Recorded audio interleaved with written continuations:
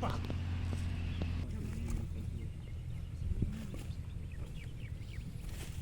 Kakanas kay. Ya, sudah murang anak apa itu?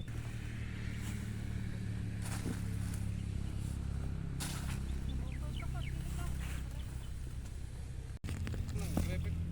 Kadaluarsa. Sudah murang anak apa itu?